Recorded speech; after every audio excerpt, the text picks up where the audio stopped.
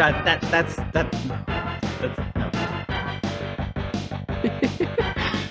Hello, everybody, and welcome to High Level Ideas, a show where we gotta find out whose brain cream reigns supreme. And in order to determine that, I've assembled some of the greatest thinkers of our generation, nay, any generation, together right now. I'm just going to turn off the background music because no one else can hear it who's on the panel, and it's probably going to be very awkward for this this intro. But hey, we have two teams here. Denims on the left with Mr. Ben Burgis and Denims, and on the right we have the double power of Mike squared. Mike from the Humanist Report, and of course Mike from Central_Committee. Now how this is going to go, there's going to be multiple rounds. Each round is going to collect points for each team. The points at the end will determine the winner. It's not a very complicated system, one I'm sure anyone can understand, but each round is going to be completely different from the round that preceded it. The first one, since this may be the first time any of us have met each other, is going to be very simple.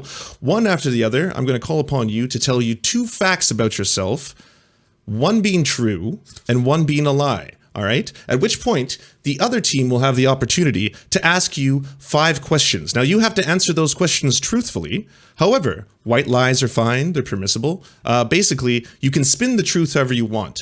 Now, if the other team successfully finds out which of that is truthful and which of that is a lie, they're going to win some points. If they can't, they're not. It's really that quite simple. I think for this round, of course, we're calling it to me or not to me. The rational alone is real. That's for all you Hegelian nerds out there. So, why don't we start with you, Mr. Ben Burgis? All right. So it's one truth and one lie. Is that right? Tell us 2 facts about yourself. One of them is a complete truth. The other is a complete fabrication. And then Mike Squared are going to take turns asking you questions to find out whether or not you're lying or telling the truth.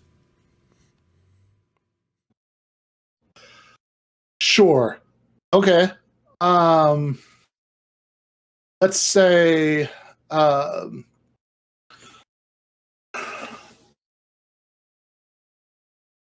yeah, this is really hard. Okay. All right. So I will say as my 2 facts that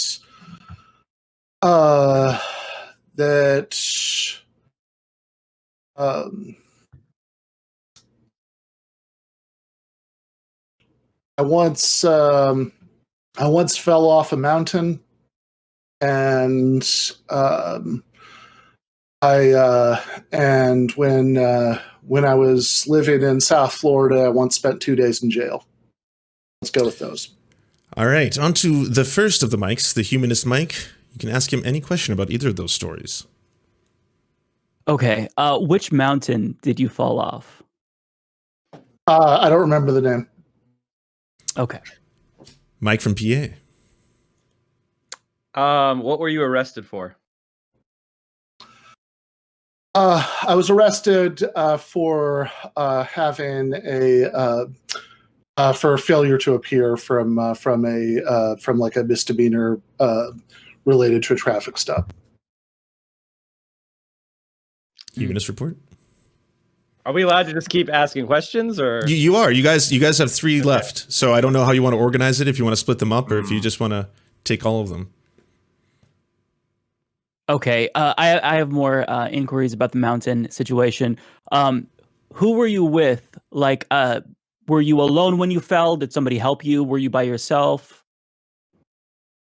I don't know how much detail I'm supposed to go into answering here, but I was not alone, and somebody did help me. And who were you with was the other part. I was with a philosophy professor and several members of the South Korean version of the ROTC. I'm going to say that was multiple questions, so I think you just get 1 left. All right, I'm going to shave off a question for that. That's fair. Yeah, That's Mike from totally PA. fair. That's probably up to you. Final question.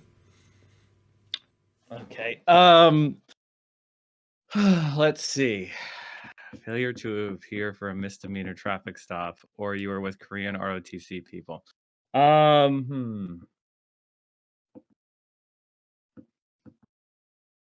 Did you suffer any injuries from falling off the mountain? Remarkably, no. Great. Mics, you can speak amongst yourselves if you want. I mean, publicly in front of, a lot of people, but you could definitely debate this a little bit if you want. The questions are no more, though. I kind of am leaning towards one direction. I don't know if you are, Mike. Well, which direction are you leaning? I'm leaning towards the mountain story being correct. I mean, Because it Mountain seems Story is so- more interesting, but and the traffic stop one is so banal. It almost feels like Ben Burgis would not be disorganized enough to allow himself to be arrested.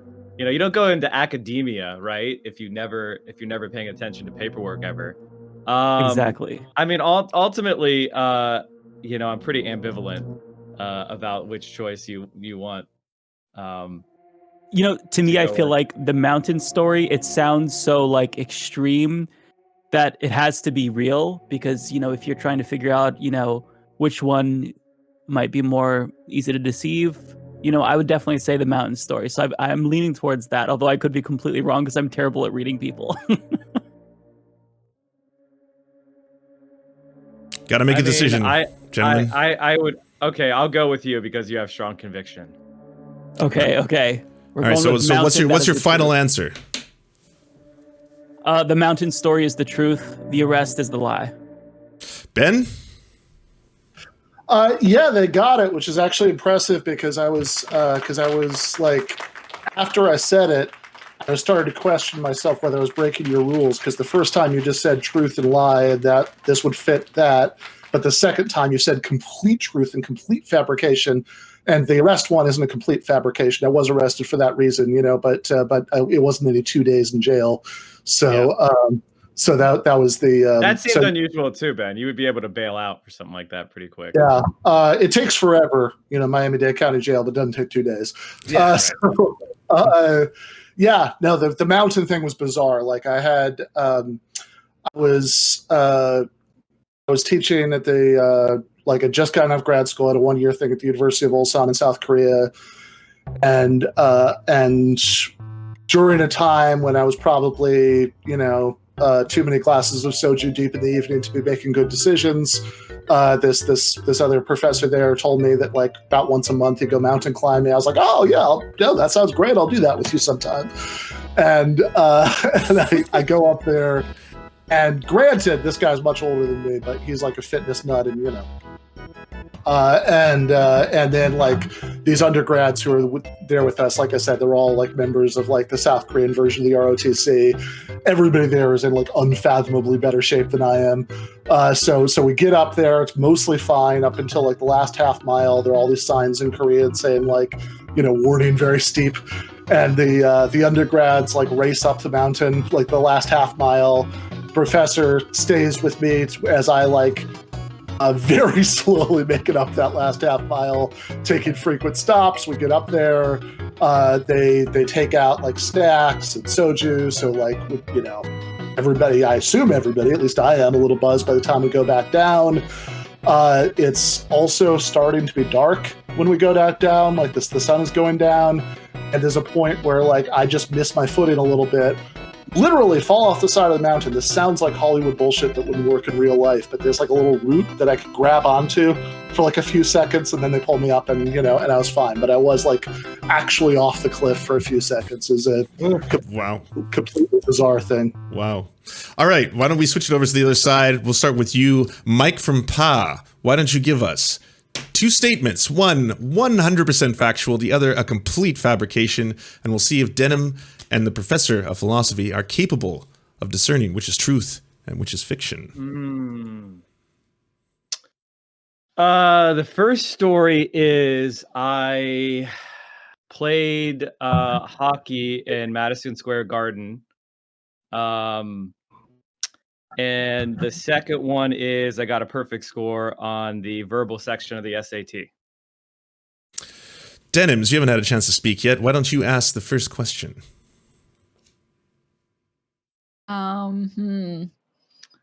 Were you playing for a team? And if you were playing for a team, what were you playing on? Which team were you playing on? I was playing ice hockey. I was playing for a team known as Thunder. That was the name of that was the team name. It was called Thunder. Wait, when did you play? That's 2 It was questions. 2000.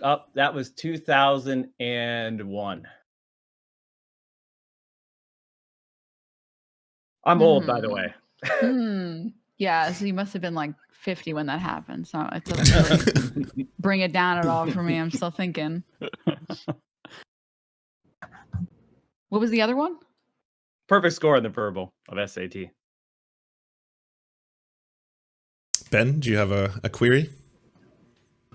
I'm just trying to think if there's any follow up that could be asked about the SAT thing. I don't really know what you know. I mean,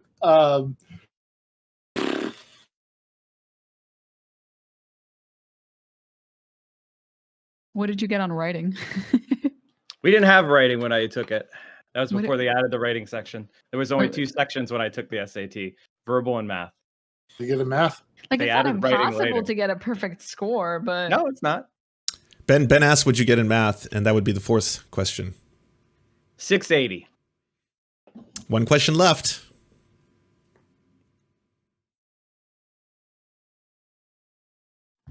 I don't think he got it perfect on the verbal. And he's lived on the East Coast. It's not unlikely that he's played hockey in like Madison Square Garden.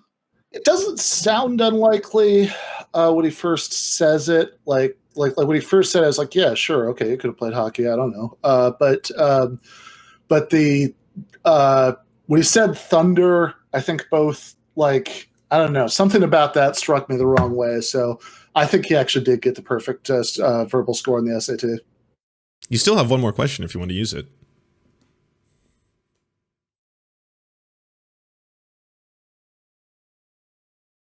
Denims, Ben? I'm thinking. Fuck. Who won your hockey game? We did. It was 5-1. Well, now it's decision time. He's at least watched some hockey game. If that sounds like a realistic score, but I still think that the SAT one's the true one. All right. I mean, like, sure, let's go for it. We can go for the. I put my trust in you, Ben. Okay, crap. Now I'm going to be wrong. Okay. So what are you saying is your final answer? What was true and what was a lie? SAT is true. Oh, Is that it? Is that their answer? that's our final answer. Sorry, guys. 780 on verbal. I got 1 question wrong. and I skipped one. I did, in fact, play in Madison Square Garden, and the team was Thunder. Give me a second, and I'll give you some proof. I'll be right back. Oh, he's gonna grab gear. Memorabilia. Oh, well played. Well played. I did not see that coming. The way he said Thunder was like, I was surprised you didn't ask him any Thunder. hockey questions too. I was like, you could. I don't know anything about it. I know anything about that. Really? None My of question you? would have been, did you watch the Mighty Ducks as a child? Oh, That's all I know about hockey. Good question. That's it.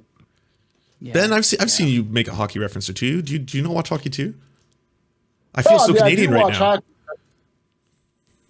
hockey. Yeah, I do watch hockey. I mean, I can't, you know, like I'm from, like, yeah. I mean, I grew up I mean, I love telling people it this way. I grew up an hour north of the nearest Canadian border. You know, you do have to drive south to get to it. You know, from the part of Michigan where I grew up. But you know, but I was trying to think of hockey questions that I could ask him, but like I believed that he like knew about hockey. That I wasn't just going to be like, you know, he wasn't just going to be like, oh yeah, no, they play with a ball instead of a puck, and I'd be like, aha, I got him. You know, like I don't, you know, Yeah, there you go, Chad. no, it was just kind of, you know, it was just kind of instinct, you know, like I think that actually if he did this on purpose, it was really impressive because he like just hesitated very slightly when he said Thunder. And I thought like, oh, you know, maybe he was just coming up with that on the fly. And anyway, whatever. But good job. Denims, it's up to you now. You can take a decided lead. Right now it's 50 points to 0 in an arbitrary point system. I'm making up on the fly, but I'll figure it out. Don't worry. But yeah, 1 truth and 1 lie. Okay. My 2 statements. My first statement. I still cannot swim at 24. My second statement. I have 2 siblings who are twins. Well played. Oh, man. All right, before we ask any questions, all right, she's from New York City. So, will she have had a good, solid swimming curriculum? It's really easy to learn how to swim in New York. There's so many good public pools.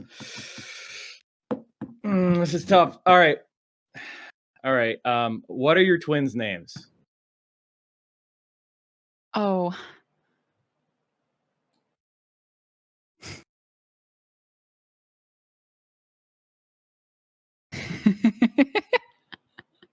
Okay.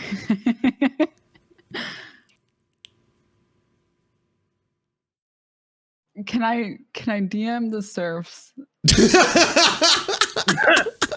Okay. Hold on. This could be.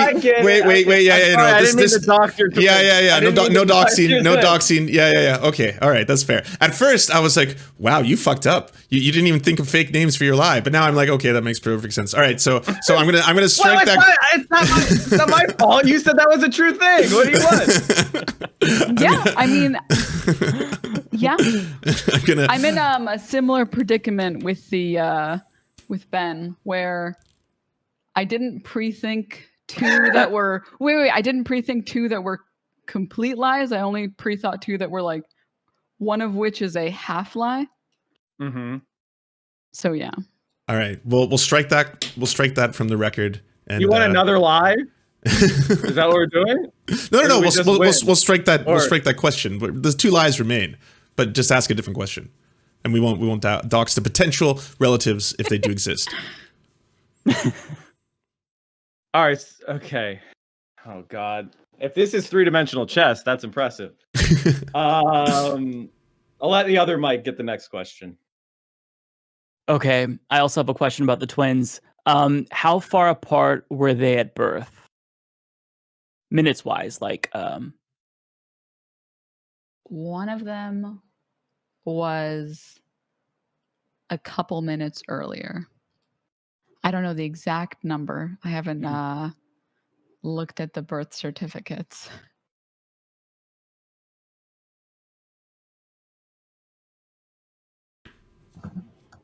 You got 3 more questions. Okay. How do we interrogate the swimming? Yeah, that's tough. That's a tough one. It's like this SAT one. It's like you just have to think. It's how smart you think I am. Man. These are really good lies. They're hard to like ask anything. You could just make up bullshit. How about this? Have you ever been to the beach in New Jersey? Denim. I've heard all of the beaches in New Jersey are absolutely filthy. So I've only ever been to New York's filthy beach, Coney Island. Oh my God, that's disgusting. I know. Absolutely. 2 more questions, Mike Squared. Let me just say, you would probably not want to learn how to swim if all you went to was to Coney Island. So that makes sense. Man, that really reinforces the idea she doesn't know how to swim. Let me just figure out another one. Are your siblings older than you or younger than you? They are older. Final Can I question. ask another question about the twins? Yeah. Do you have a better question, Mike? Because no, fuck no. Okay. I just want to ask: are the twins identical? No, they are not. And now, Mikes, you can debate amongst yourselves, publicly, of course.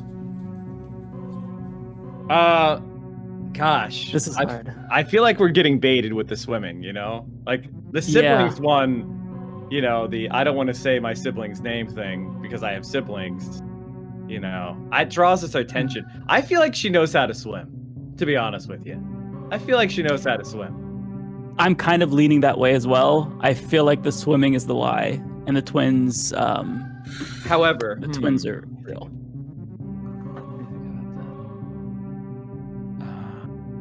She can still say their first names, but she doesn't want to. And that's totally valid. I don't feel strongly about either way, but I am leaning towards the swimming being the lie. But it's like really, really marginally. Like this one is a little bit tricky. I feel like she has siblings, but they're not twins. Let's go with the twins. I'm back on the twins. I think the twins is a lie. I could see that. I could see that. I'm totally fine with that. All right, let's go. Let's go with the twins. That's not true. Denim? I can't swim. I should have known. I should have known. I can't even float. I should have known. Wow. Well played. Well played. That was good. No, we should have went with swimming. You wanted to do swimming. I pulled us away from it because it was just too, like lives in New York, doesn't know how to swim. Like, come on, man. That's a stereotype right there. It's true. Of course it's true. Of course it's true. Yeah. I tried to learn once. You know, that is a basic life skill. I know. It is going to be a sad day when I'm on a boat and it sinks. Good thing I don't travel by boat. If we're ever on a boat and it's going down, you're sinking alone. Like we're not gonna carry you. I just need to carry a life jacket with me. Easy. Just anytime I'm on a boat, life jacket. There you go. Well, this is the last opportunity to close the gap. Right now, Mike Squared are still in the lead, but Denims could tie the game. It all hinges on the Humanist Report's lie and truth right now. Okay. So statement number 1, I actually did not finish high school. I am technically a high school dropout. Statement number 2, I am now in my second marriage. My first marriage was with a woman. Second one with a man. Okay. I should have let you ask that questions, but those are my 2 statements. Wow. All right. Denims, take it away. Wait, sorry. Can I just ask what the first one was again, or does that count as a question? No, go ahead. Yeah, I can restate it. Yeah, I did not complete high school, so technically I'm a high school dropout. I think this is the strongest showing we've had so far. Yeah. I think Yeah, because the second one's so specific that it's hard to like that my instinct is like, oh, that's the one that's true, but then I don't know. This is tricky. there's a lot of people who have like gotten GEDs, like a lot of people. And like a lot of people, I don't know how other people's experience has been. High school was like a joke for me. Like there are plenty of people who tried their hardest and got like 60s and 70s, and there's people who didn't try at all and got A's.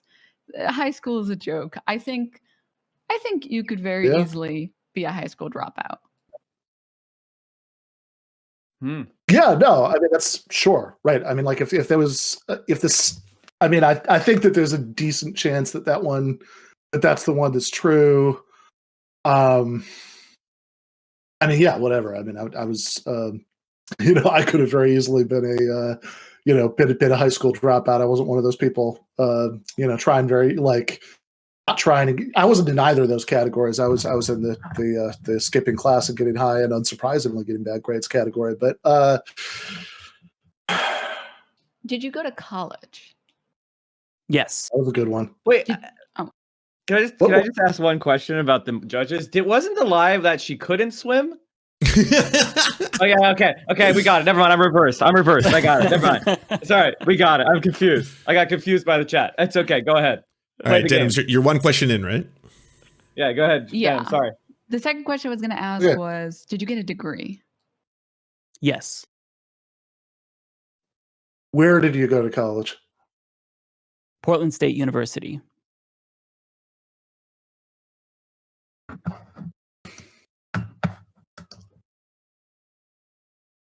Did you start out there or did you go somewhere else? Oh, was that too many questions? No, I said you have 2 more questions, but you haven't asked anything about the marriage yet. I actually started out at community college before transferring to Portland State University. One question left. The marriage one is rough because, like, I think a lot of it is like personal information that feels, I don't know, unsavory to ask. And You then can I ask think, anything. It was a power move. Wow. It's a power move. I'm confident in my statements. Not really, but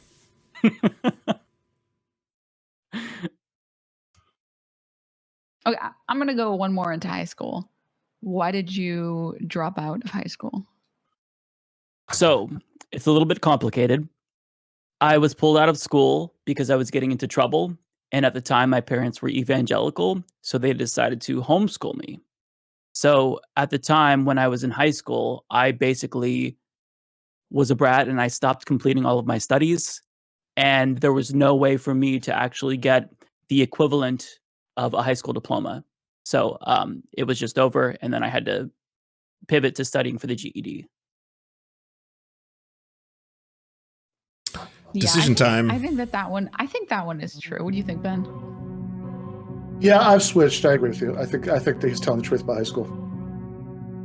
Yeah, we're gonna vote. We're gonna vote that the high school is real. It's not the lie. Yeah, there's probably like the other one's probably like a half truth or something, but the high school one is the one that's real. That's all right. That's our final answer. Well, I actually did graduate high school. No, I'm just kidding. No, you guys got it. You got it. Had me for a second. Okay. No, you got it. awesome. Well, that means the scores are tied. Sorry, keep going. I realized that I kind of messed up because before I've tweeted that I'm like a 6 on the Kinsey scale. So there's no way that, like, if any of you saw that, you'd know that it was bullshit. Okay. Well, I haven't seen it so far. Every single thing that everyone has said, I didn't have prior knowledge about. Mm-hmm. Wild. All right, everybody. With that, we've completed the first round. Some have survived, some have perished. Well, actually, everyone survived. So we're going to move right on to round number 2. This one's called Devil's Advocate, the greatest trick they ever pulled. In this round, it's going to be simple. You're all masters of the debatosphere. You're all debate lords. You're all the titans of the debating industry. That's why I brought you all in here. So for this one, the problem is that you all happen to Everybody have probably... feel good about all my choices up to being called debate lords. No, not at all. Not at all, Ben. I blame you, honestly. So the problem is that I'm guessing a lot of you agree on the same thing. So it would probably just be a lot of, that's good. So for this, I'm going to pit the two teams against each other. Now, because the teams are tied, I'm going to use a completely arbitrary roll of the dice. And we're going to show that the first team that's going to go on this is Mike Squared. Mike Squared, here's what's going to happen. I'm going to have a proposal. I've got it right in front of me right now. You get to decide if you want to be on the positive side of this debate or the negative side of this debate, at which point your opponents will have to take the opposite perspective. You may have to debate for things that you hate. You may have to debate in favor of abortion. You may have to debate in favor of something even more controversial than that. So, would you want to be in the positive or the negative side of the first round? Negative. What do you say, Mike? Negative. Negative? Okay. It's always easier to say no. Okay. All right. So this is going to be that thing from The Simpsons when Lisa went on TV and she said she was going to do the dissenting opinion, and they're like, "You're against discounted bus passes for war widows?" Like whatever they said that they're going to go. No, the other thing. All right. So the first topic is the $15 minimum wage in the United States. Its implementation. Fighting against that, hating the $15 minimum wage are the two Mikes. The union busting, hating the worker, the common man, Mike Squared. On the other side, Denims fighting for the common worker, the small, everyday American fighting for $15 minimum wage. We're going to leave this open for 5 minutes, open floor. Begin the debate starting with Mike Squared. So there are 30.2 million small businesses in America. And I am one of them. I have a small business. It's called the Central Committee. And every day I wake up 6 o'clock in the morning and I work until 11 o'clock at night. I do have a number of employees who help me out from time to time. And the truth is that they provide tremendous value to my business. Without them, it would probably fail or wouldn't be able to do as much as it is today. And for that work, they are paid. Now, I'm a generous boss. I don't pay them the minimum wage. I pay them $10.50 an hour. And they produce, each of them, approximately $10.50 an hour in value. However, the grand total of what they bring into my business makes it more valuable to me and me alone. However, if the minimum wage is raised to $15 an hour, I will lose out. My business will be shut down. And I wish that wasn't the case. I will have to go and quit my business and go look for another job. And there are millions of people just like me who, if their business structure is forcibly changed by the government, they will lose it. And they will be forced to go into the job market. And there will be a flood of unemployed people desperate for a job. The economy will shrink because small businesses employ almost half of the people in this country. And they're a key element to our economic growth. So if the $15 minimum wage is raised, my business will fail. You will be spitting in my face, and millions of other Americans will be desperate for work. That was so good that I actually got triggered, Mike. It's easy. I could pivot. I could pivot to the right in a second. Get ready for the fucking clips, bro. You're a fucking capitalist scum now. Somebody's gonna clip that out of context, Mike, and they're gonna use it against you. No, good, do it, bro. That's the whole point of the segment. All day. No, I'm sorry, I didn't mean to use up the whole time, Mike. If you wanted to add, there's still plenty of time. This is an open forum right now. All that I have to add in the short term is a very, very persuasive argument that I heard on Fox News once. Why don't we just raise it to $50 million an hour? Well, see, that's what I was trying to explain to people, is that yes, there are a lot of jobs that are valuable to society, but who don't produce $15 an hour worth of value. And if you make the $15 minimum wage the $15 minimum wage, those jobs are just not going to exist. That's the iron law of wages. Ben believes in this Marxist claptrap, so he probably heard of the labor theory of value. But what if the value of your labor is less than $15 an hour? That means that $15 an hour wage prevents that job from existing. And I don't know if you know anything about economies, but they grow at the margins, okay? It's the small decisions that have massive impacts over the grand collective. So if we do something stupid, like put a $15 minimum wage and force all these small businesses to close, then yeah, there's going to be economic damage, and I am one of those people. So, I mean, like, I don't even know why we're still having this debate. You are actually threatening my livelihood as we speak. Yeah. Well, right. So we've issued that threat. We stand by it. I think before we even American. Yeah, fair enough. Before we even get into criticizing the argument, if the Central Committee has a Patreon, people should go join it so we can pay people more than $10.50 an hour. That's something you should do right now. Thank you. Twitch.tv/central_committee if you enjoyed the debate, you want to support a small business. Yeah. So the real actually, I'm sorry, Denim, do you want to go first or do you want me to? You can go first. I jot down a couple of notes I'm going to say, but you can go first. Sure. So I think the real question about this argument, well, I mean, we can do the take them one at a time. There was all the small businesses are going to shut down argument, the why isn't it $50 million an hour argument. So the as far as all the small businesses are going to shut down argument, I think the real question is, are all these small businesses going to shut down and then all the people who work for them just aren't going to have jobs? Is that the claim? Or is the claim that all the small businesses are going to shut down and they're like larger businesses who are going to eat up that share of the market, that all of the people who would have listened to Central Committee will just go listen to Chapo Trap House, I guess, in this case. Helps a big business over a small business, too. You're right. It would concentrate power in the big businesses.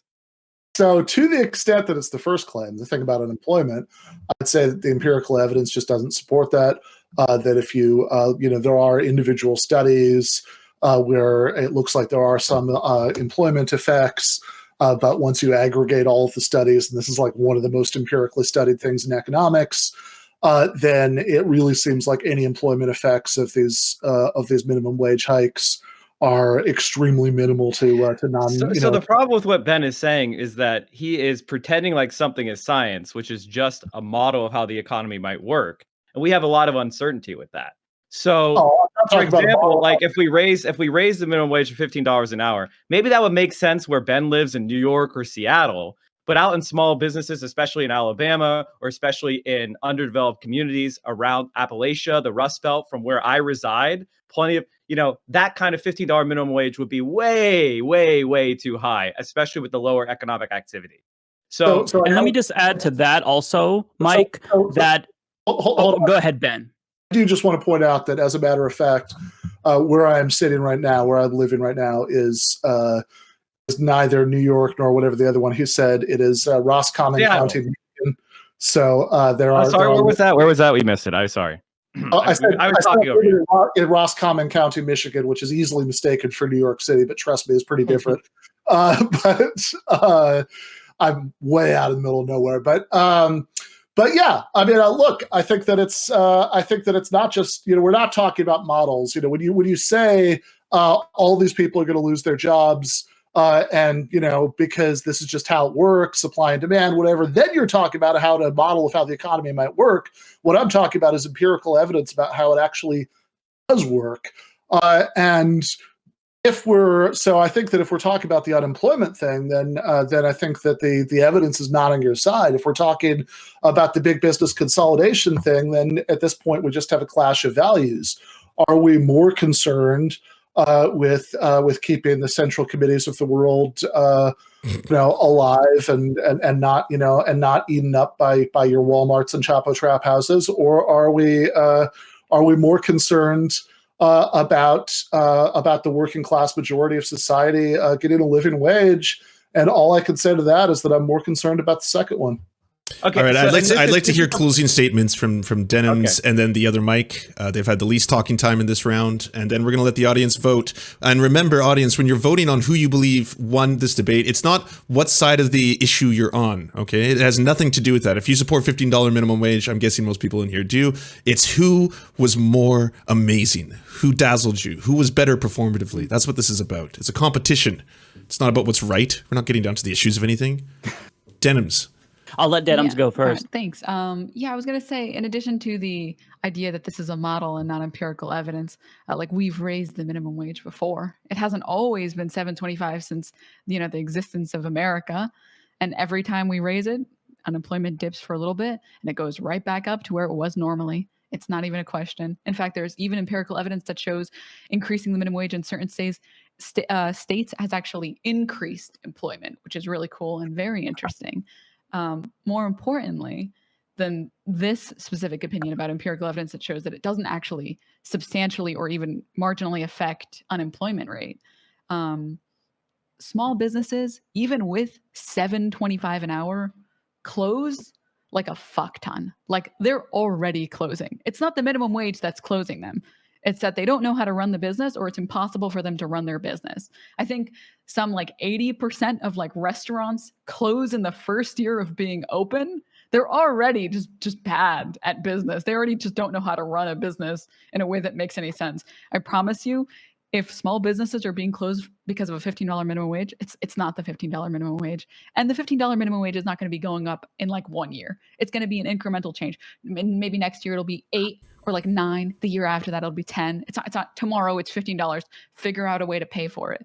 And the reality is most business owners, at the very least, big corporations are exploiting their laborers. They are extracting extra value that lines their pockets, and that extra value that lines their pockets can very, very easily go to the workers. It doesn't make sense that workers can't pay for their own rent and bills and medical bills. Well, to be fair, medical bills are out of control anyways.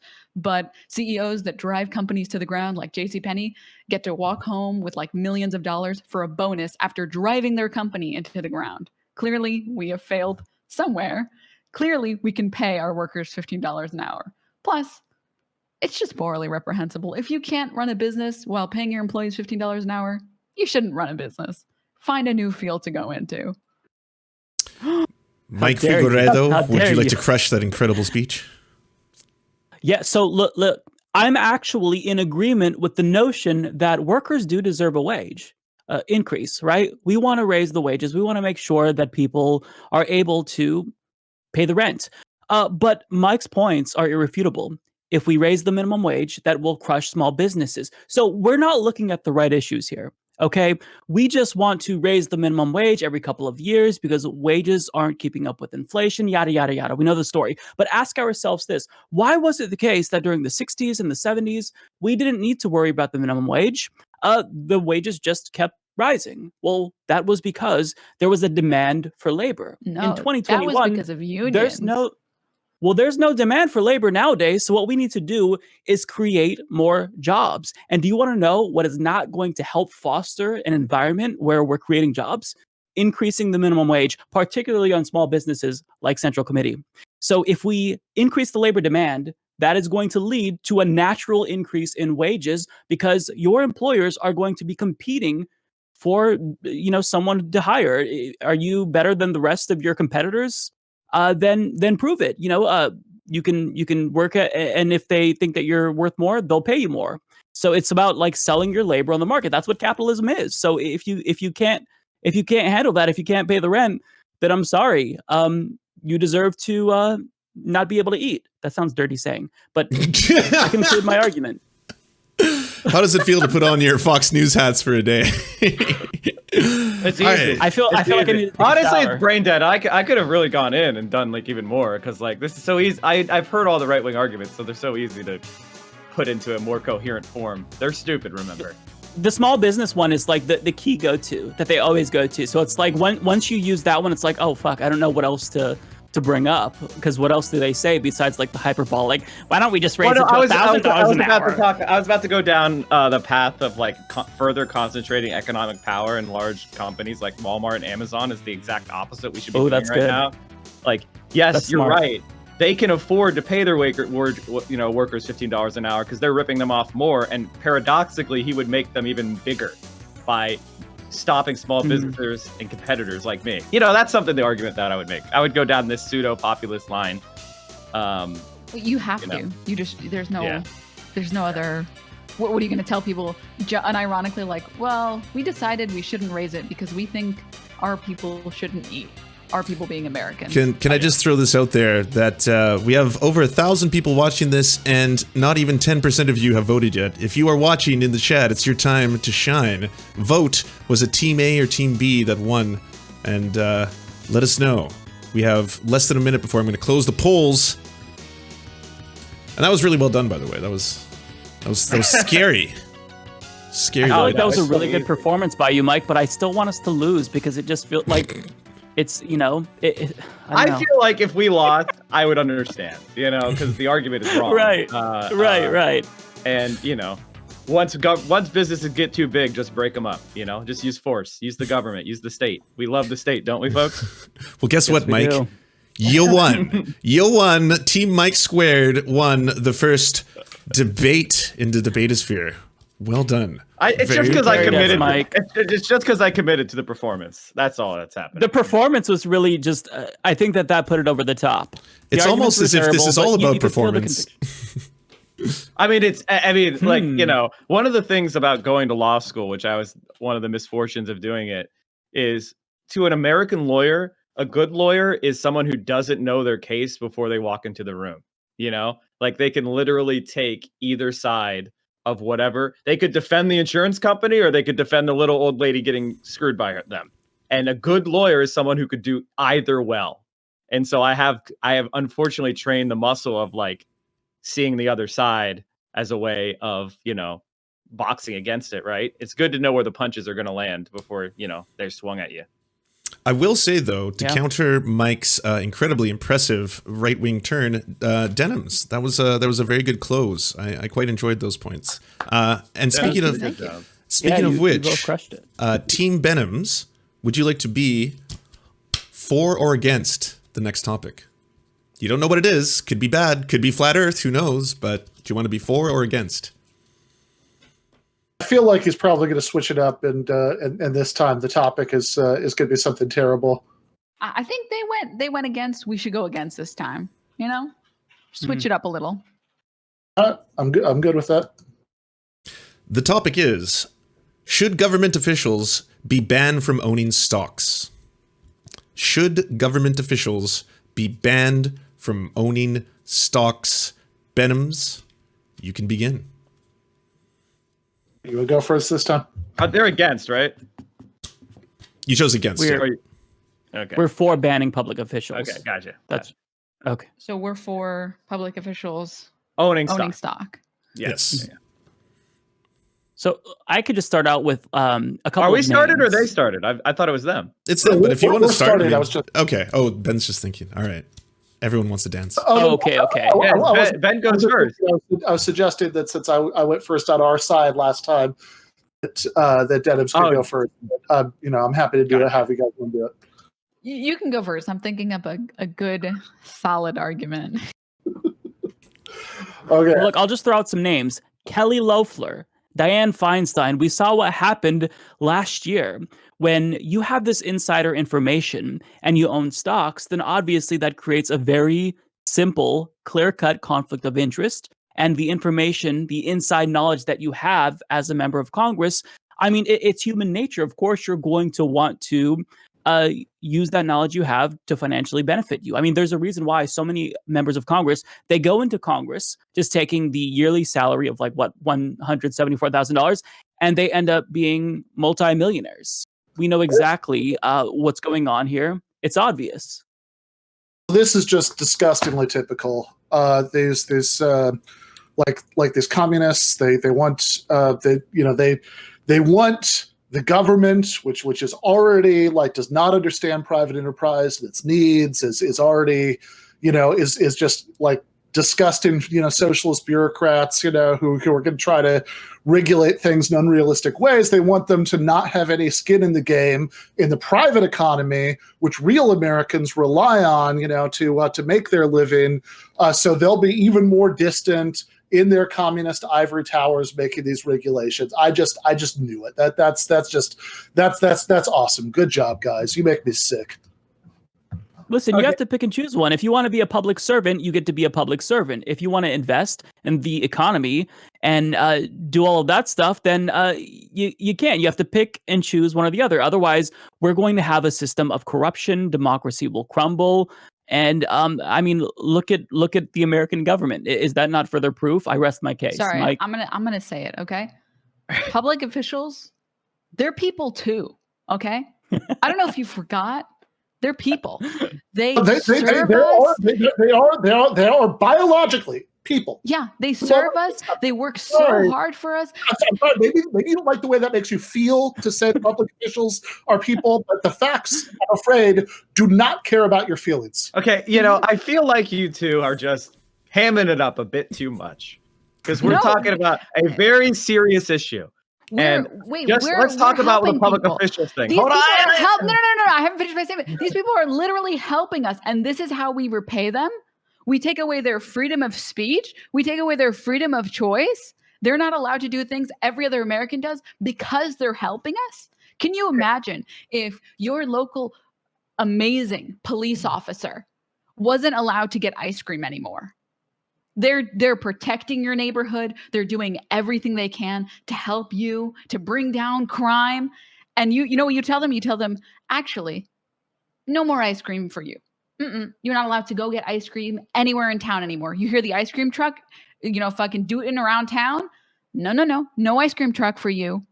That's how we treat the people who serve us. I don't want to live in the United States of socialism. I'm good. Thank you very much. Okay, so the thing that's really interesting about that is if eating an ice cream cone made a cop shoot an innocent person, we probably would try to ban them from eating ice cream.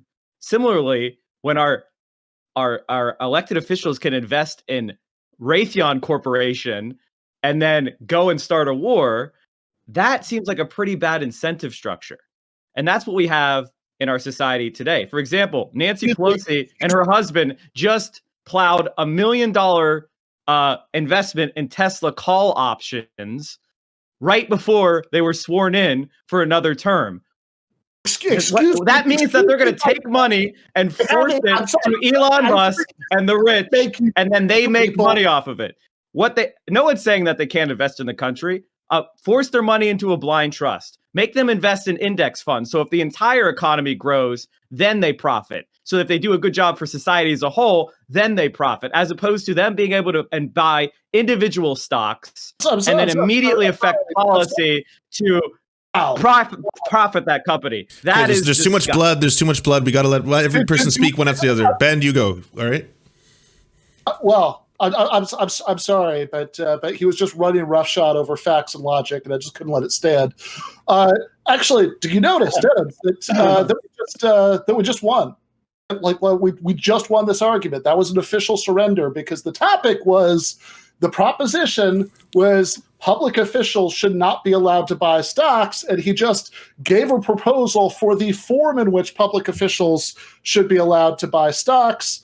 I don't know if you understand this, but these are different structures. They wouldn't themselves own stocks. They would own another trading instrument. I didn't surrender anything. They just know so little about the topic, which is why they're defending that position. Classic backpedaling lefties. They are trying to. They don't even understand how stocks work, and they're trying to tell you that it's okay that Nancy Pelosi makes a bunch of money if Elon Musk gets richer too. That seems like a pretty bad I have position. to respond to the argument that these politicians are good people. What's the last thing that they did that was actually good for us? Oh, so you think we shouldn't be voting anymore?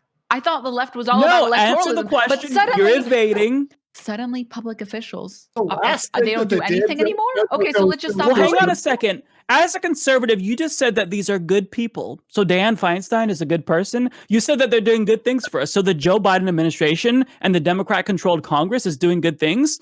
I think that you just conceded that the Democratic Party is superior. No. Now that the Democrats are in power, we're going to sit here and do nothing. We're going to sit here and do nothing, okay? When the Republicans were in power, then we were getting somewhere, okay? I was also going to say... Mike here... Oh, go for it. We have been horrifyingly straw man just now. It is a straw fallacy. They have there's a straw everywhere right now. The room is littered with straw because the straw man exploding with its own straw.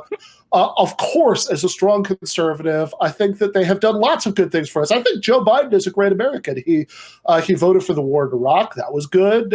He tried to stop busing. That was good. These people have done lots of good things for us. I do not appreciate. I think you're forgetting the crack cocaine, powder cocaine sentencing disparity.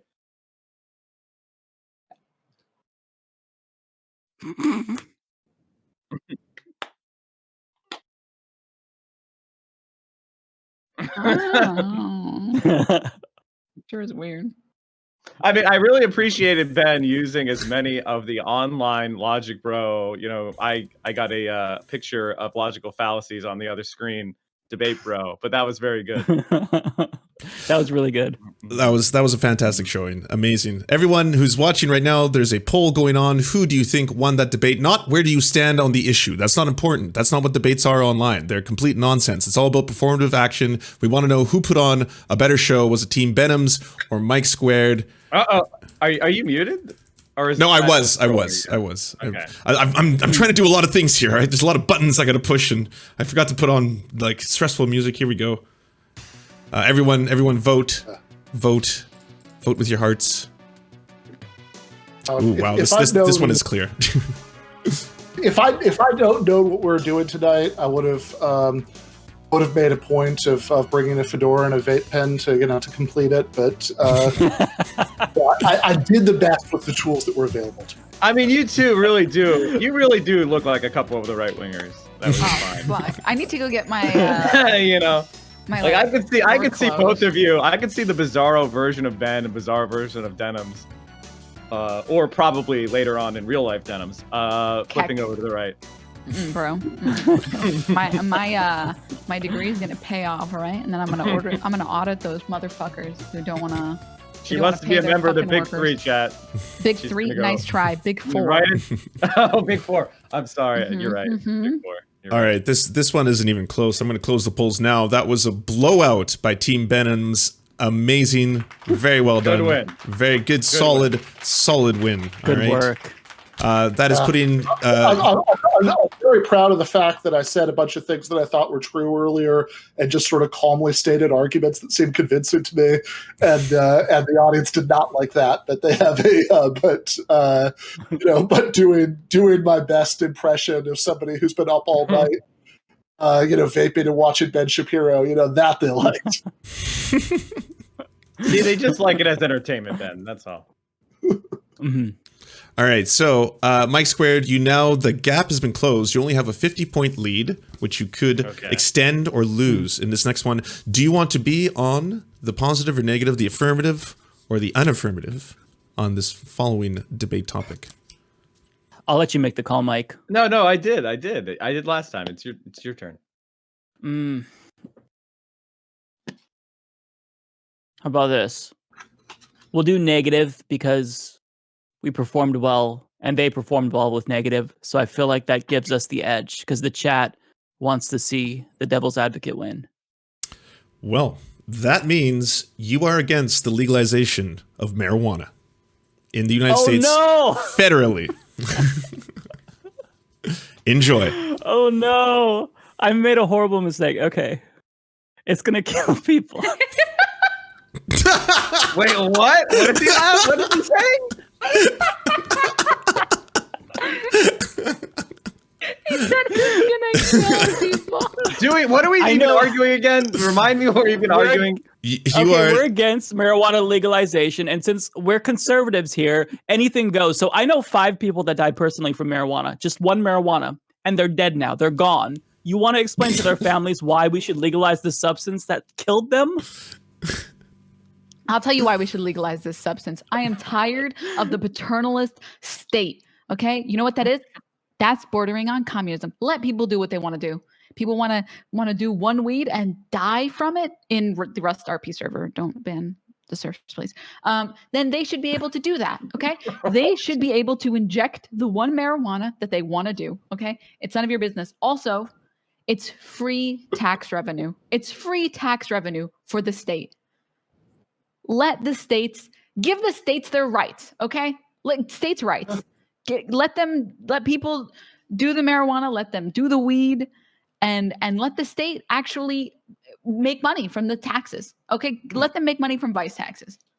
Or even listen, Denims, the hippie argument is fine, but the person who died, who I know, didn't make that choice. It was a small child who took gummy bears that thought they were normal candies, but they were infused with marijuana, and he is dead now. Okay, so you want to explain really this was a low IQ child who deserved to die.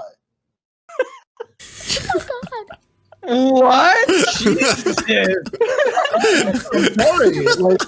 I feel like there should be a yellow flag that floats. Hey, where is the? Can we get a 15-yard penalty on that argument? Oh no. Yeah, all right. So this is a family program, everyone. We're gonna have to bring it in and continue talking about how states' rights apparently supersede. Interesting play, Denims. I love where you're going with this. Very interesting play. Anyways, continue. This is the marketplace of ideas. And also, I should say, it's not just state taxes. We could do federal taxes that could serve a lot of good purposes, like relieving the tax burdens from corporations that are paying much too much, and maybe it would even bring up so much money that we could invade Iraq again. I think we should do it. I need to make the left-wing argument against legalizing marijuana. So a lot of people that are in the industry, in the black market, are people of color. And these are small businesses, small local grows, people that are doing things clandestinely, but ultimately regular people. And what we've seen from the legalization of marijuana is that these industries that used to be in the hands of people, especially people of color and small businesses, get transferred to mega pharma grow operations. And not only does the concentration of wealth go away from these communities who are now serving time for illegal drug crimes. Right now, their lives are destroyed. Their industry gets stolen away from them and put into the hands of mega corporations and wealthy white men. I mean, for God's sake, a former Republican Speaker of the House, John Boehner, now works as the lobbyist for the marijuana legalization lobby. Who do you think is hiring those guys? You think a person of color is hiring John Boehner? No, these are rich white guys who take over the industry, get that wealth out of the community, and then all these people's lives that are in jail, they're forgotten.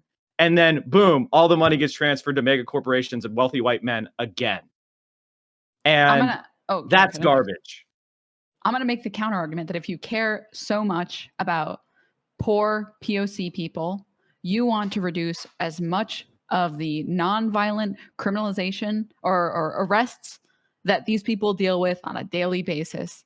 Okay? The people, I would much rather see some white dude profit and make a fuck ton of money if that means a lot of POC people and a lot of poor people are going to stop getting arrested. Wow, what a surprise. Wants the white man to profit over black and brown communities. And you know what? It's fine. We don't have to legalize it, you know? Like, you're right. We can lower the punishment. But if you keep it illegal, like, for example, banks don't let those big businesses can't use those banks. And that's a big problem with it illegal. And so that keeps it in the hands of small businesses because it's much harder for that much capital to concentrate. Like, there are advantages for keeping it on the illegal side because it keeps those businesses in the hands of black and brown communities. And I'm sorry, that's important to me. I don't want to see it transferred. So it's the black and brown people that you care about the most are the ones who and poor white people too. I'm not leaving poor white people on the side. Don't try to identity politics me. I'm just showing you what is happening in our racist society. I am capital J, capital A, capital Q, just asking questions. That the people that you care most about, the poor people that you care most about, aren't, say, the ones who are going to be going to prison if it's still legal. Wait, was this debate topic that we have to keep the laws forever as they are now? We can't adjust the laws at all, and while keeping it illegal. I didn't realize we were arguing such a rigid position. Why are you trying to make your debate pillar different than what it was? But if you're adjusting the laws to anything but legality, then people are still going to prison. And I've got to say, I know I was a conservative 90 seconds ago, but I've got to say, if rich white people are going to be making money off of something, I'd rather they be making money off of selling weed than running private prisons. It's they're gonna do both. They're gonna use the money they made from private prisons to invest in the legalized marijuana now, and they will laugh at the irony as they take the money to Bermuda. Not given Biden's recent proposal about not renewing private prison contracts. All right, why don't we get closing statements from both teams? I'm trying my best to argue these positions. What do you want me to do? I'll add, I want to cite some statistics here because facts don't care about your feelings. According to a 2014 Heritage Foundation study, it found that 98% of people who took marijuana died. 98%. All right, wait. You gonna argue with that number? Okay, Jesus, we're hiding Heritage Foundation studies. Are we shotgun left now? Jesus. On top of that, let me just ask you this. That guy sucks, by the way. You can make You can make the argument that this is about individual liberty hippies. But the thing is that, you see, when you get in the car after taking a marijuana or two, or maybe 3 marijuanas, and you drive into my vehicle and crash into my car with my children in the back, that's not just about you and your freedom. That's my freedom as well. See, when people drive drunkenly, we can actually test them, but we don't have the technology to determine whether or not somebody has a marijuana alcohol level or a marijuana blood level or whatever. So how can we actually make that case that this is about individual liberty when people are getting duped into eating gummy bears that kill them, and when people drive under the influence of marijuana and they crash into my car with my children in the car seat while we're listening to Christian music? This is absolutely absurd, because if you've spoken to any stoned person, you would see the red glaze over their eyes. We have the methodology to find out the people who are high. The high. Excuse me, Denims. You look at them. We have this. It's called Lumify.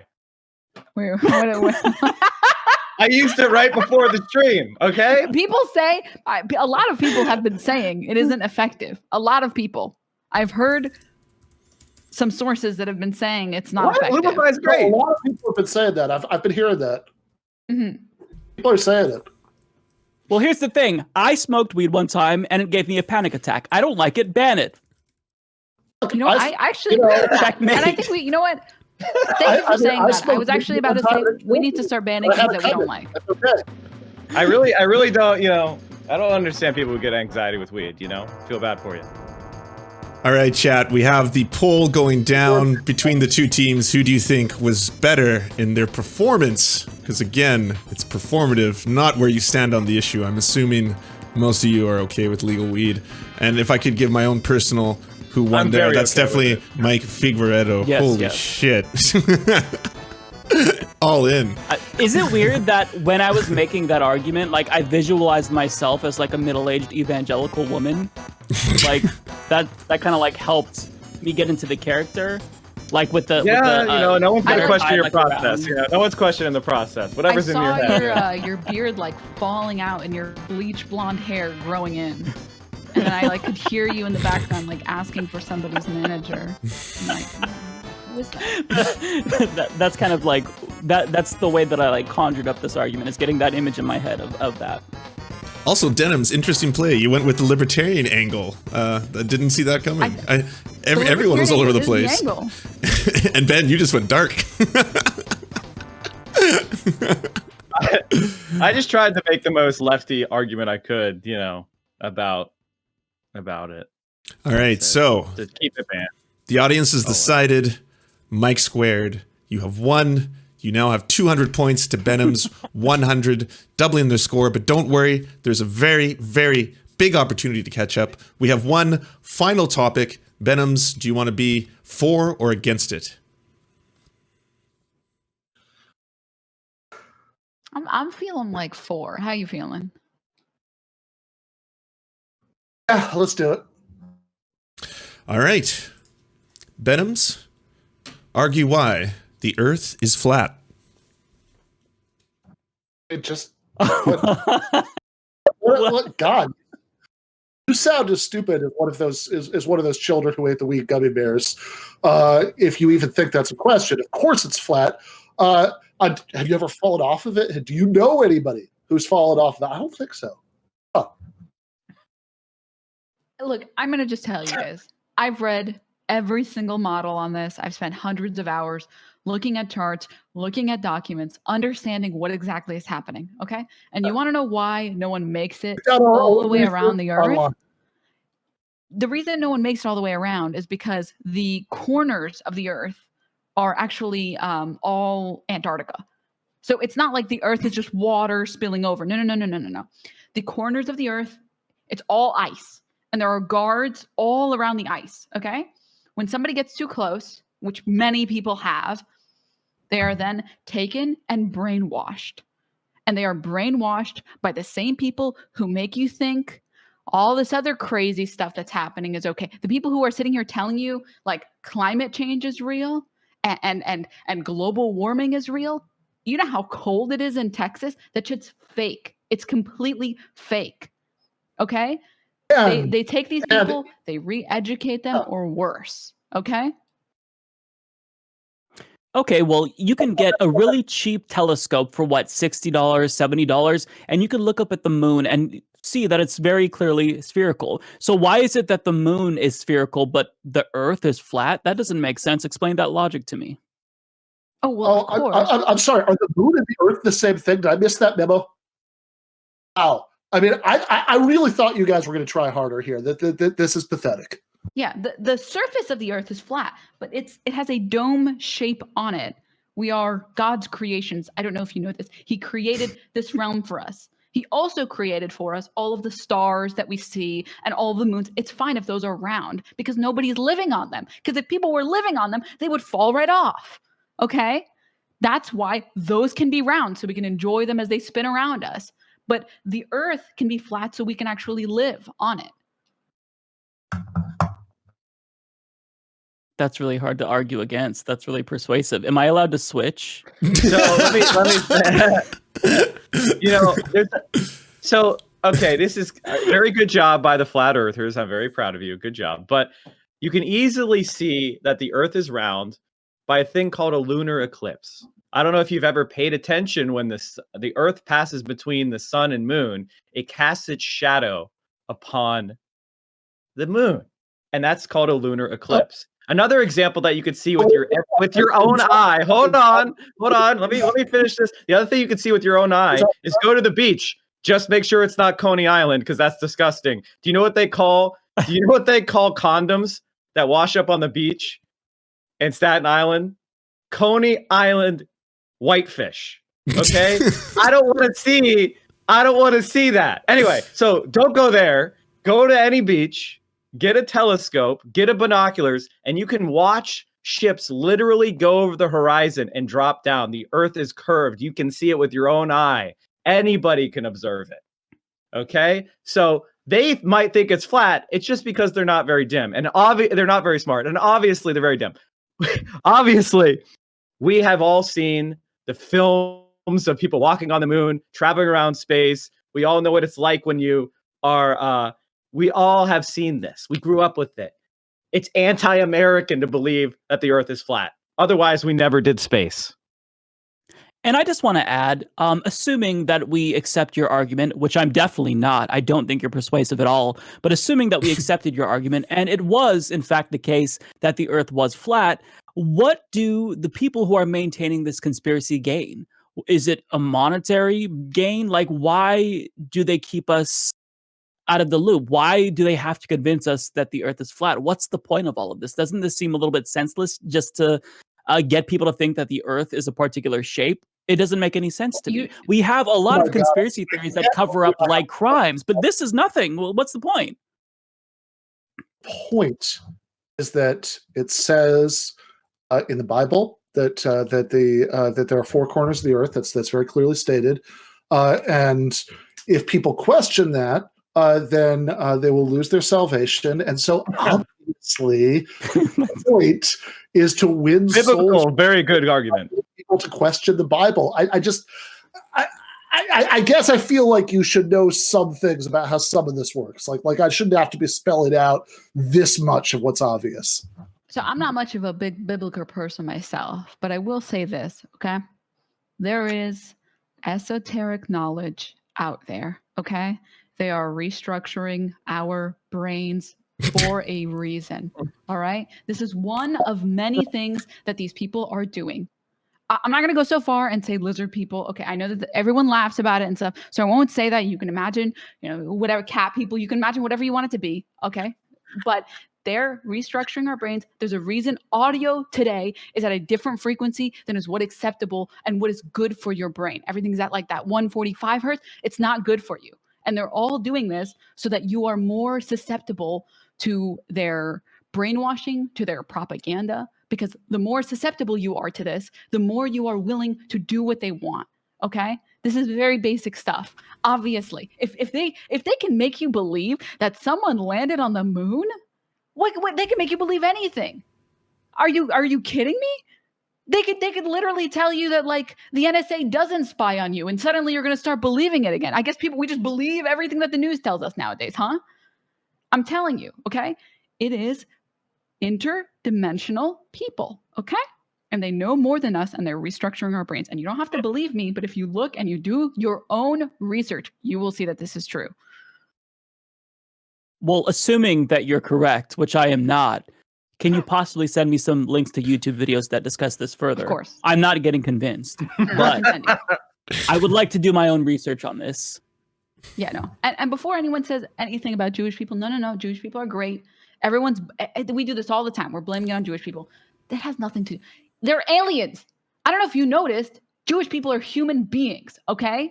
Same thing with brown people and Asian people. It's not, you guys are so stupid. It's not, no, they're aliens. I don't know how many times we got to go over this. What star are the aliens from? Oh, we don't know this. We don't even know? But we know all their plans? We don't even know what star they're from? Are you trying to hide which star it's from? We don't know this. They're hiding one of their agents? Wait. You're one of their agents, aren't you? You're one of those that were sent into the Matrix to teach humans that the Earth is flat. Hold on. You're teaching the Earth is flat because you don't want Americans to take our place in space and fight these aliens. So you're trying to keep us from doing NASA. You're trying to get us to believe that it's not real. You're trying to teach us that the Earth is flat. I see what you're doing. Aliens, you're an agent of our aliens. You're an agent of our aliens. That solar system and see that the planets are not flat. Exactly. Clearly, they want to keep us out of space so they can rule us. Mike, you're right. I'm very proud of you for being like thinking about it and like trying to like understand that there are stuff that you don't understand, because one of the agents that's been doing this for a long time, and I'm sick and tired of it, is Alex Jones.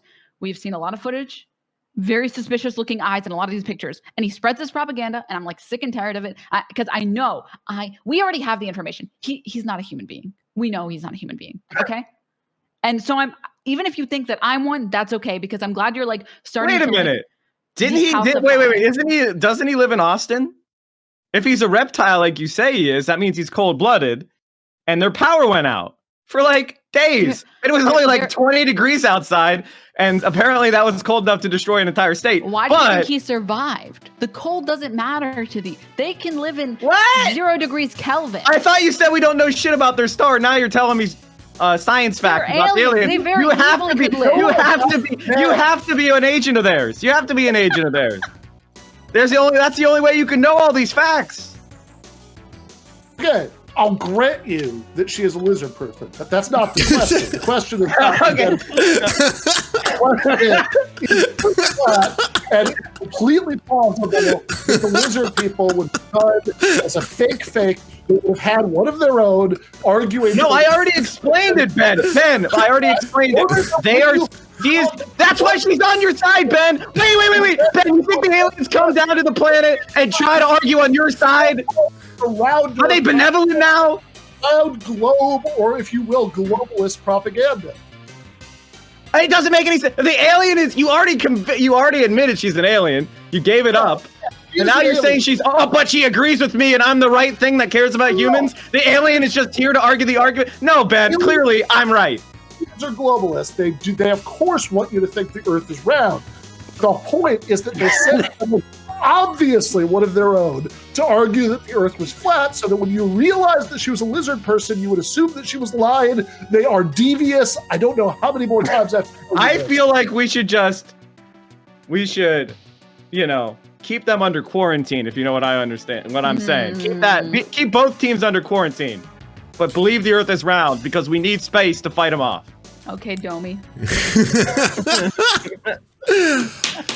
Turns out the earth is flat. I spin you like a dinner plate, Denims. I spin you like a dinner plate. Okay? You flatty. Get out of here. Turns out the earth is flat. The audience has decided definitively. Denims. Denims, y'all won. You lizard people, you won. You won. Well done. Wow, you voted with the lizards? Step 1 complete.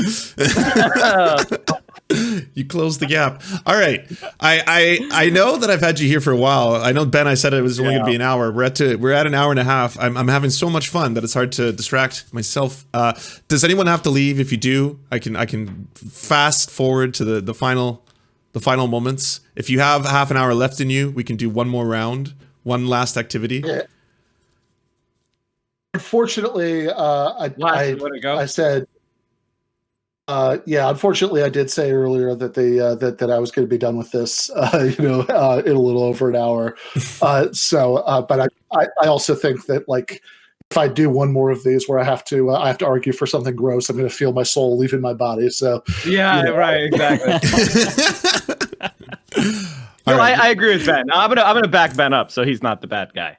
There you go. All right. Well, do you have 15 minutes, Ben? I can do a fire round, a flash round. 15 minutes. Okay. All right. Let's do we'll pass one of the other stages and we'll move on to the final one. This is going to be test your might, brain might. That is. All right. This is your final chance to win the game. Denims, you're only 50 points behind. I'm going to be doing some obscure political trivia. All right. I'm going to go back and forth. I'm going to ask each one of you a question. You can answer. Most of them are yes or no. It's going to be very, very easy. You don't have to randomly know about Grover Cleveland. You can just guess, and you're going to be completely fine. All right. We'll start with Mike from PA. Okay. I would like to know, is this statement factual? In 1884, it was typical to measure a presidential candidate's skull and publish the results in newspapers. It was typical to measure a president's skull and publish the results. True. That is correct. Absolutely true. For an additional point, Mike, can you name one president that was featured prominently on a newspaper? And for an additional point, his skull shape.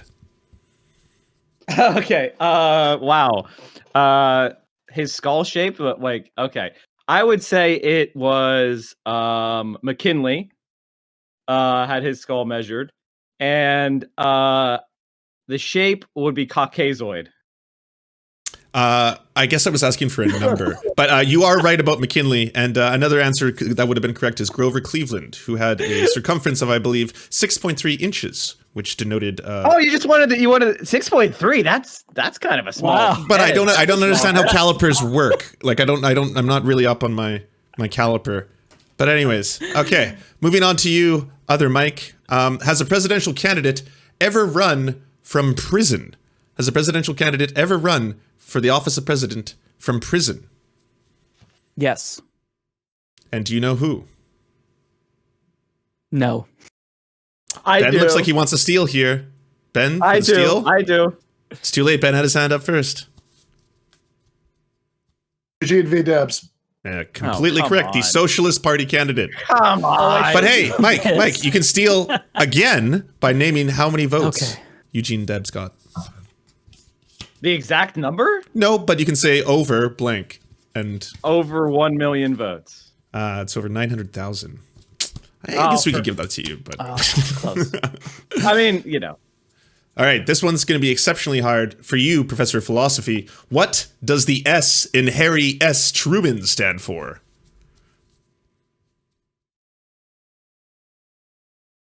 Give him 1 second to I don't know. guess. Samantha. It Pretty looks funny like if it was Mike is Sanders. Mike for the steal. It No. stands for S. He is correct. It stands Yeah, for no nothing. Absolutely nothing. It's just the letter S. Boom, boom, boom. Big brain. Congratulations. Denims. Did Amy Klobuchar raise $10,000 in campaign funds by getting her ex-boyfriends to donate? Did Amy Klobuchar raise $10,000 in campaign funds by getting her ex-boyfriends to donate? No. You are correct, because the correct answer was $17,000. Congratulations. Yeah, that's way too much. My goodness. You had a lot of Congratulations. boyfriends. They have to, they can only donate $2,800 each, right, Lan? I do. Like, Jesus Christ, that would be a lot of ex-boyfriends. That phoning skill. I mean, I'm genius. guilty. I'm also I'm jealous. I wish I had that many exes. Jesus. Mike from Amy, PA. get it. Yeah, Mike from PA. Well, we'll start. Oh, sorry, go ahead. Start acting like really abusive in all your personal relationships and eating salad with Cobes, and you might Check, end double check. I'm on my way. I can definitely double check. Mike from PA. South African officials modeled, and this is true or false, parts of their apartheid program by visiting Canada and modeling the Canadian residential school system. Wait, were you asking me? Yeah. I feel Is like this I true or just false? answered. Wait, can you do it one more time? Can you Yes, give it to me one more South time? African officials modeled parts of the apartheid program after Canada using the residential school system. Oh gosh. I would say true. That is correct. Unfortunately. Horrifyingly. Try to trip me out with some Canada bullshit.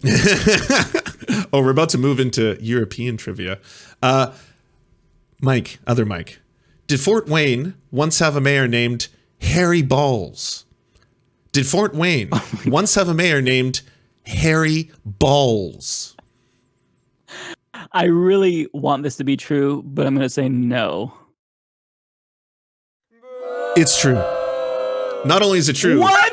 he served I'm 4 sorry. terms. I don't care. in I the don't 30s care and who 50s. you are. I don't care who you are. If you see a Harry Balls on the ballot, you're voting for Harry Balls. I'm sorry. I don't It's Harry care. with 2 R's, right? Please tell me it's with 2 R's. Spelt B-A-A-L-S. And the family now If you ain't pronounces voting it for Harry Bales. Balls, who the hell are you? You are not an American. I do not share a culture with you. If you see Harry Balls up there, I don't care if he's running against Bernie motherfucking Sanders. You vote for Harry Balls. God damn. Ben Burgis. Poor guy. His parents are assholes. What do you mean? He got to be a mayor. What do you mean? He's the mayor of a city now. That's fucking great. He's living the life. He probably says thank you. They are. Ben Burgis. 48% of American registered voters, true or false, believe at least one political conspiracy theory. 48% of registered voters in America believe at least one political conspiracy theory. Okay, if this is false, it's going to be false because it's way higher. But I'm going to say true. You should have gone with your gut. It's false because it's way higher. The real number is 63%. 63%. Jesus. Yikes! But when you bubble in the wrong answer, you bubble in the wrong answer. Oof. Denim. Which is the most common language spoken in Europe? I don't know anything about Europeans. English? I'm going to be wrong, aren't I? Take a guess. English? That is false. Anyone for the steal? Ben? I'll take it. Ben had his hand first. Go ahead, Ben. Go ahead, Ben. Is it German? It's German. German. 90 to 95 million people sprechen sie Dutch. When polled. Wow. I feel like that's wrong, though. There's got to be more people that speak English, at least as a language, in Europe than in the other. Is that what it language, means, or is it like what they like primarily speak? Yeah, I mean, because it feels like that's what I thought you meant.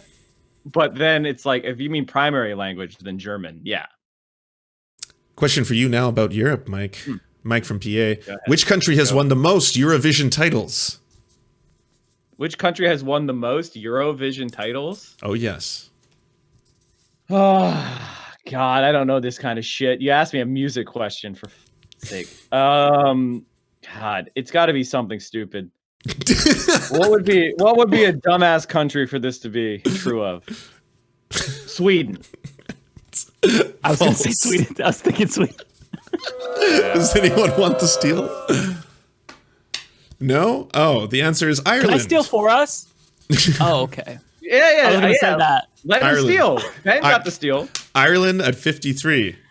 And Mike. Okay. Yeah. Other Mike. See, I was in the right headspace, but I picked the wrong country.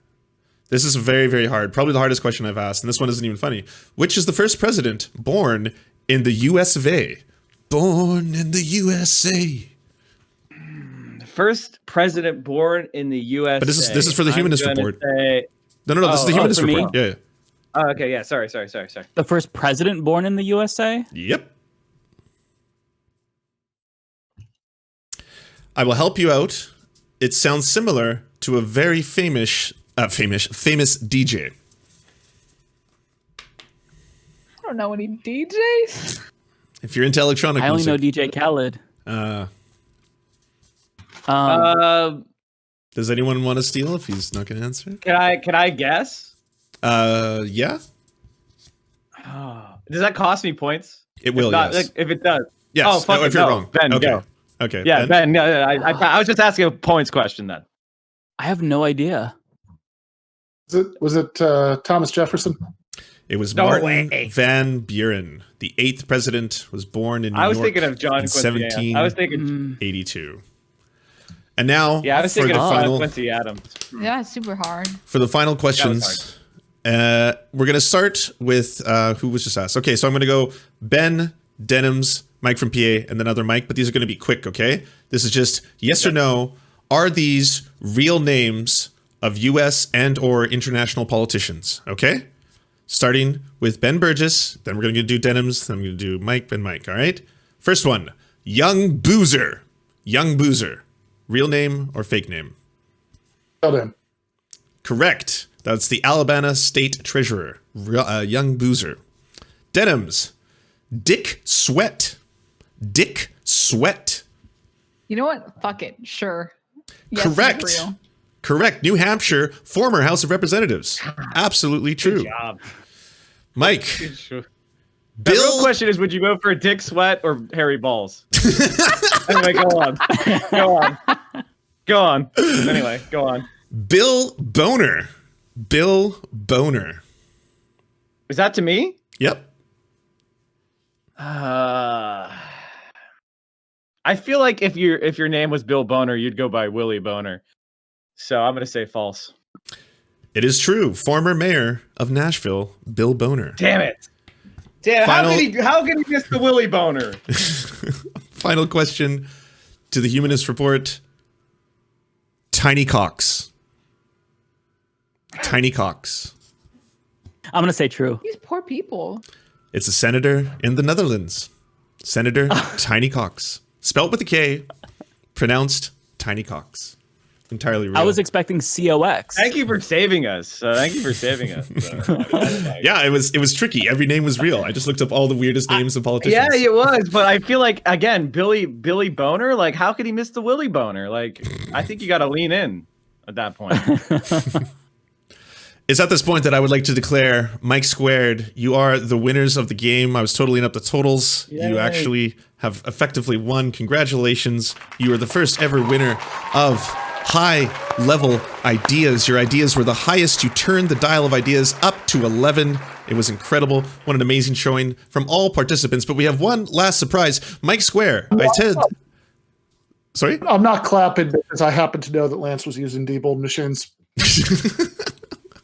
Okay, that would be relevant back in 2000, but now we're using Dominion machines. So that's why we were able to win. Sorry. That's why we were able to win. Yeah, That's why.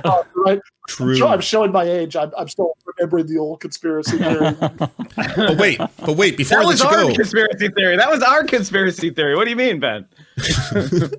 Before I let you go, Mike Squared, you have an option right now to claim your prize. And they are as follows, all right?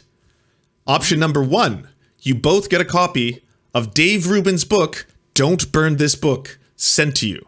Option number 1. Option number 2, I will donate $100 to a charity of your choosing that you both agree on. Option number 2. Or option number 3, you get to find out what's in the mystery box. What's in the box? Oh. What's in the box, everyone? What's in the box? Like, listen. If it wasn't $100 towards an abortion fund, I want us to pay for a charity that pays for women's abortions. No bullshit about advocacy. No claptrap. They just suck out fetuses. That's what I want to donate to. And that's what I want. That's what I want fucking Lance's money to go to. A real abortion rights org, okay?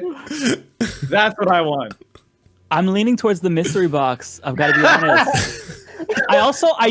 If the mystery box contains Dave Rubin's book, my head will explode though. I mean, I got enough I mean, listen, if you want, I'm not going to say no. Well, you know what? Oh, man. Those abortions, though. That's such a good cause. This is all unprovoked, by the way. This is tough. This is tough.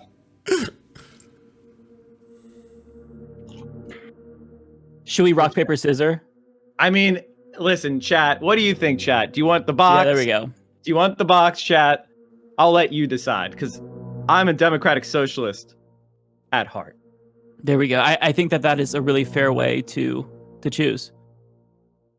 Okay, so I'll have it be known that it seems to me by a clear majority of the chat that they want to see the box.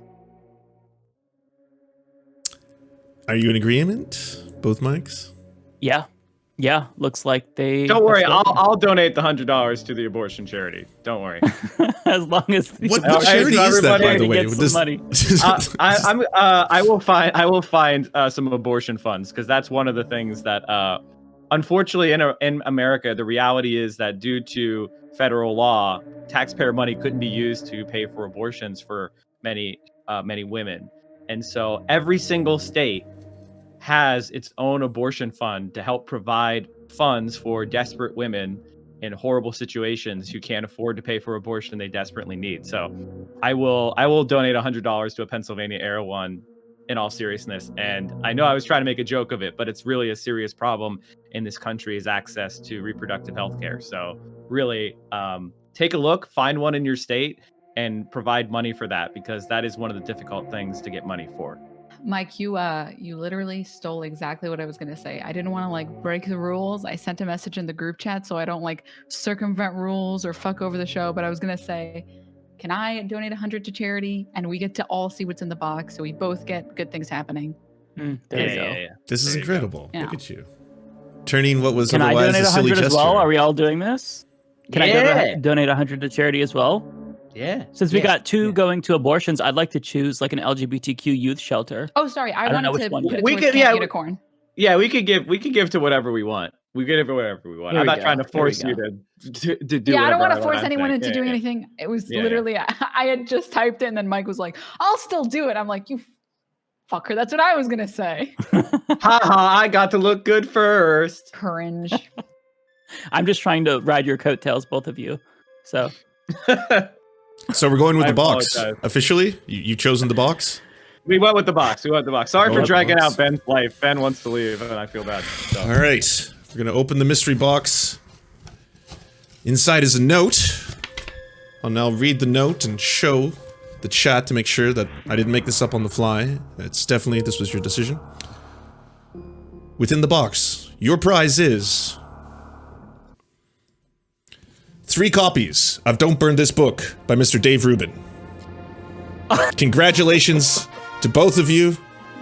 Congratulations. You've helped Dave Rubin out. You've bought 3 copies of his book. Why did you buy that book? Well, I haven't yet, but I will now. Do that? I will now. I have to buy 3 copies, so I'll mail the 3 Okay, copies. I don't know if one of you wants it- 2 of them. If one of you wants to have 2 copies, and the Here's other one. what you have to do. I refuse to allow this. Okay? If you get Mike, these can I books, have yours? you must fucking steal it. You must borrow it from the library and then return a different book with the cover on. I don't give a shit. You're not allowed to buy this. You are not allowed to buy this. That is the only way Mike, I I'll accept take it. yours. You must steal it. You must expropriate it. I don't care. You cannot buy this. Otherwise, Mike, no, I don't want it. Just burn it on stream. So, Mike, did you want 2 copies, or Mike from PA? If you steal them and you fucking prove to me you stole them, then yeah, I'll take your stupid fucking books. I want to thank all of you so much. This was an absolute delight. Probably the most fun I've had on the internet in quite some time. You're welcome, bud. This wouldn't have been possible. Great without panel. all of you. Great panel, everybody. I love you all. You're all you guys are amazing. Do you all want to sign off and promote your socials and your wonderful things? Where can people find each and every one of you and see more than they had right now? Well, Ben, why don't we start with you? You gotta go. Yeah, sorry. Okay. benburgess.com. You can find everything there. And I was gonna have dinner. I think dinner's actually ready, but I think I'm just gonna have a scalding shower now, so I feel better about all the stuff I had to say earlier. Denims? Yeah, thank you for having me. This was a lot of fun. I was very worried about what this potentially would be, but it ended up being very cool, very wholesome, really fun. Great production value, might I add. Also, everyone in the channel should totally support this kind of content. Okay, this is one of the best panels I've ever been on, so had a lot of fun. If you guys got a Prime sub, throw it this way. Over to Serfs. I'm Denims. I stream on Twitch. I normally stream every single day, but having some internet issues. Also, tomorrow I have some classes that I need to go to, so I don't get to go streaming, but Lefty Online, yeah, that's about it. Mike Figueiredo. Well, you can find me on YouTube, the Humanist Report channel. And I just want to say thank you so much for putting this together, Lance. This was so much fun. I don't think I've ever had as much fun on a live stream, echoing everyone else's sentiment. wow. These are phenomenal people. Yeah, I just thank you. This was great. And finally, last but not least, Mike from PA. Well, I had a lot of fun. I hope I wasn't too relaxed. And I appreciate this panel. Lance, I really appreciate the creative effort you put into it, as opposed to just doing the same old lazy bullshit. You did something that was fun, and I really appreciate that. Thank you for including me. If you want to watch more of my antics, I start every day here on twitch.tv, about 10 a.m. Eastern, and usually go to 3 or 4 Eastern, so adjust for your local time zone. And I have a new YouTube channel where I post some of the highlights of the stream and some of the other old content that I've done at Mike from PA on YouTube. Support Lance. Support good content, not shit content.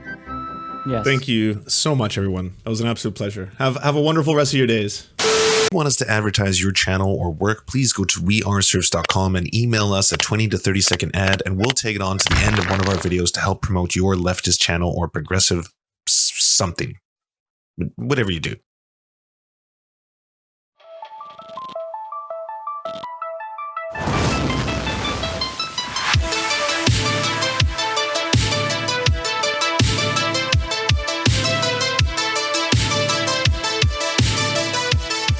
To our gods, Anra, Xander Corvus, Schlatsky, we look to the stars for your divine guidance. To our monarch, Tom Spiker, we are merely puppets for your amusement. To our lords, Trevor R., Alexander Thaler, Hans Josephine, Ryan Lubin, Jimothy K. Meeblebeeps Jr., Bisexual Black Gamer, and Tofox, we shall carry your banner into the fog of war. To our Knights of the Round Table, Josh Mickelson, Zach Christensen, Todd Buckingham, Todd Lajeunesse, Political Puppy, Jimmy Bignuts, Andreas Chiringuito, Yoppie, Violent Orchard, Sophie Baby, Thomas Barrington, J. Fraser Cartwright, Goofalankius, Melissa Murphy, Nicholas Marks, Radical Maniac, The Great Pudini, Kale Kotka, Anthropophagic, Serene 42, Chronic de Hemphog, Phone Jenny, Incosin, Constance Joyce Lacheris, and Ramon Acosta. We drink with you and we salute you.